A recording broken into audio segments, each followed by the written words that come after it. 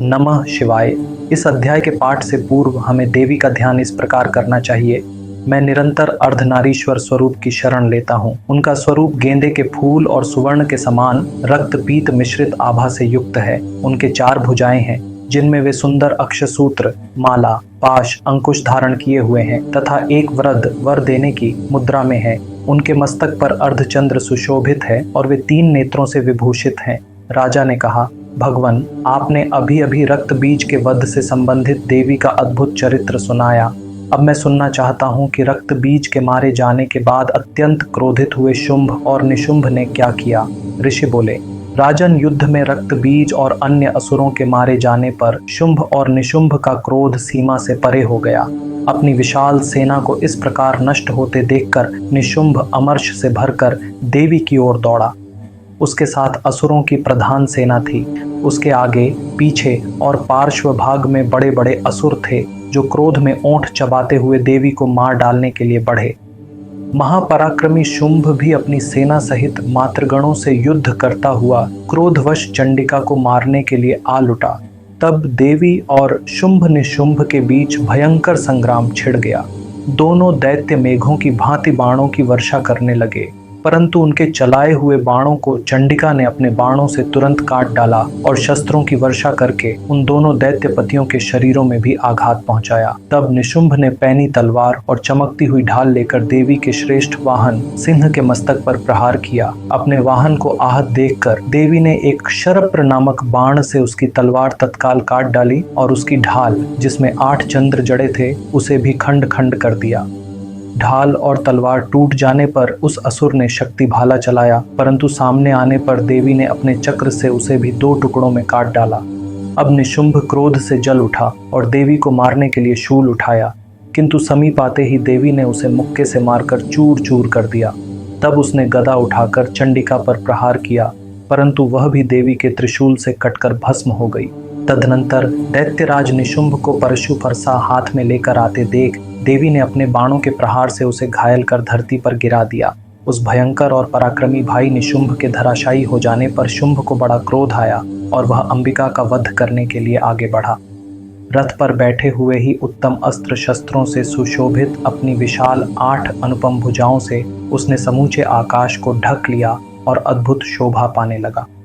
उसे आते देख देवी ने शंख बजाया और अपने धनुष की प्रत्यंचा का अत्यंत दुर्धर्ष शब्द किया। साथ ही अपने घंटे का निनाद किया, जिसने समस्त दैत्य सैनिकों का तेज नष्ट कर दिया और संपूर्ण दिशाओं में व्याप्त हो गया। इसके बाद सिंह ने भी अपनी भयंकर दहाड़ लगाई। उसकी गर्जना से आकाश, पृथ्वी और 10 दिशाएं गूंज उठी और जिसे सुनकर बड़े बड़े गजराजों का गर्व भी मिट जाता था। फिर काली ने आकाश में उछलकर अपने दोनों हाथों से पृथ्वी पर प्रहार किया। उसे इतना भीषण शब्द उत्पन्न हुआ कि पहले के सब शब्द दब गए। तत्पश्चात शिवदूती ने भी दैत्यों के लिए अमंगलकारी अट्टहास किया। इन सब शब्दों को सुनकर संपूर्ण असुर दल थर्रा उठे, परंतु शुंभ और भी अधिक क्रोधित हो गया।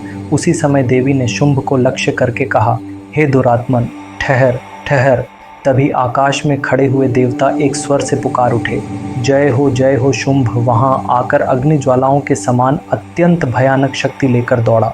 पर्वत के समान प्रचंड रूप से आती हुई उस शक्ति को देवी ने अपने महान वेग से दूर फेंक दिया। उस समय शुंभ के सिंहनाद से तीनों लोक गूंज उठे। राजन, उसकी प्रतिध्वनि वज्रपात के समान भयंकर प्रतीत हुई, जिसने अन्य सभी शब्दों को दबा दिया। शुंभ के चलाए हुए बाणों को देवी ने और देवी के चलाए हुए बाणों को शुंभ ने अपने भयंकर बाणों से सैकड़ों और हजारों टुकड़ों में काट डाला। तब क्रोध से भरी हुई चंडिका ने शुंभ को शूल से आहत किया। उस प्रहार से मूर्छित होकर वह पृथ्वी पर गिर पड़ा। इसी बीच निशुंभ को चेतना लौटी और उसने धनुष हाथ में लेकर बाणों से देवी, काली और सिंह को घायल कर दिया। फिर उस दैत्यराज ने 10,000 भुजाएं उत्पन्न करके चक्रों की प्रचंड बौछार से चंडिका को ढक लिया। तब दुखों का नाश करने वाली भगवती दुर्गा ने कुपित होकर अपने बाणों से उन चक्रों और बाणों को काट गिराया। ये देखकर निशुंभ अपनी दैत्य सेना के साथ चंडिका का वध करने के लिए गदा हाथ में लेकर तीव्र वेग से दौड़ा, लेकिन उसके आते ही चंडिका ने अपनी तीखी धार वाली तलवार से उसकी गदा को शीघ्र ही काट डाला। तब उसने शूल उठा लिया। देवताओं को पीड़ा देने वाले निशुंभ को शूल हाथ में लिए आते देखकर चंडिका ने वेग पूर्वक अपने शूल से उसकी छाती भेद दी।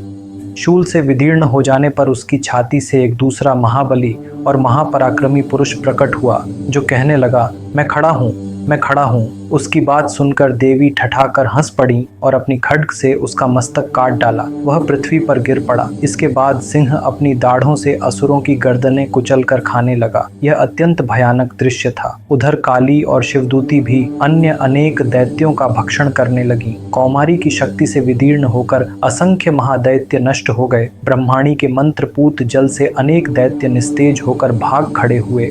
महेश्वरी के त्रिशूल से भेदे गए असुर धराशायी हो गए। वाराही के टूंड वराह मुख के आघात से अनेक दैत्यों का चूर चूर हो गया।